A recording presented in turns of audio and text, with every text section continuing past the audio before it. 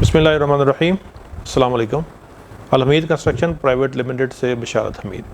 आज का हमारा मौजू घर के अंदर बेसमेंट की तमीर के हवाले से है। आज हम इसके प्लस पॉइंट्स और जो माइनस पॉइंट है उन पर बात करेंगे।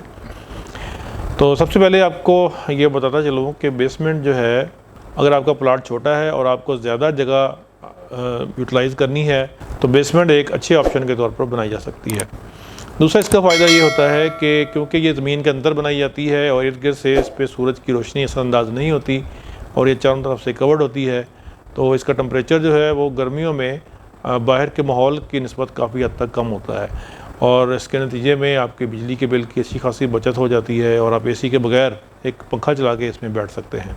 इसके अलावा एक फ़ायदा ये है कि जिन इलाकों में साइक्लोन आते हैं, समुद्री तूफ़ान हैं जिस तरह, तो वहाँ पे ये एक किले के तौर पे आपके लिए महफूज साबित हो सकती है।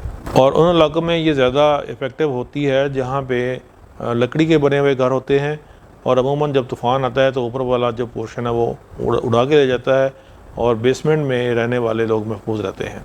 बेसमेंट के मनफी पहलुओं में सबसे बड़ा जो एक मसला है वो ये है कि इसके जो तमीराती अखराजात हैं वो बहुत ज़्यादा होते हैं। आप यूँ समझ लें कि अगर आपका ग्राउंड फ्लोर और फर्स्ट फ्लोर एक 100 रुपये में तैयार होता है तो बेसमेंट पे आपके 160-165 रुपये खर्चा आएगा।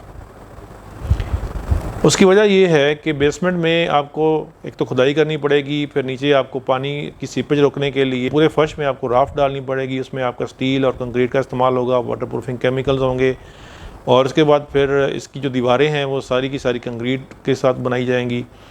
बाद लोग बचत के लिए ये करते हैं कि ईंटों की चिनाई करके और साथ थोड़ा बहुत उसमें कंक्रीट डाल लेते हैं और थोड़ा सा सरिया डाल लेते हैं। ये वक्ती तौर पे तो शायद सस्ती बन जाए इससे, लेकिन इन द लॉन्ग रन आपके लिए ये प्रॉब्लम खड़ी कर सकती है। आप यूँ समझिए कि सिर्फ बेसमेंट की जो दीवारें हैं उन्होंने सिर्फ बाहर से पानी की नमी नहीं रोकनी, उन्होंने जो ज़मीन का एक प्रेशर है उसको भी रोके रखना है। तो बेसमेंट की दीवारों पर अगर आप कम खर्च के साथ पैसे बचाने की नियत से कोई ईंटों की दीवारें बनाएंगे या उसमें स्टील और कंक्रीट का इस्तेमाल कम करेंगे तो ये आपकी वक्ती बचत तो होगी, लेकिन ये बचत आपके लिए बाद में काफ़ी मसाइल खड़े कर सकती है। एक और इसका मनफी पहलू ये है कि अगर खुदा न खास्ता इसमें कहीं से कोई पानी की सीपेज आ गई है तो नमी इसकी खुश्क नहीं होती फिर बाद में, और अगर वो खुश्क हो भी जाए तो उसके लिए काफ़ी आपको परेशानी का सामना करना पड़ता है और उसमें फिर कुछ केमिकल्स वगैरह या कुछ की कोई ट्रीटमेंट करनी पड़ती है, तो तब जाके कुछ से कोई गुजारा होता है। और कई लोग जो हैं वो वेंटिलेशन नहीं रखते या वेंटिलेशन रखते हैं तो बहुत मामूली इसमें रखते हैं।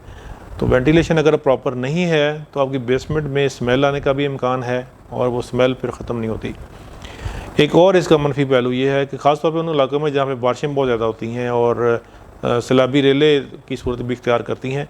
जिस तरह पिछले दिनों इस्लामाबाद में ये हुआ कि बेसमेंट में एक माँ और बेटा उनकी रहाइश थी और तूफ़ानी बारिश के दौरान सैलाबी रेला आया है और बेसमेंट सारी पानी से भर गई और उन दोनों की वहीं पे डेथ हो गई।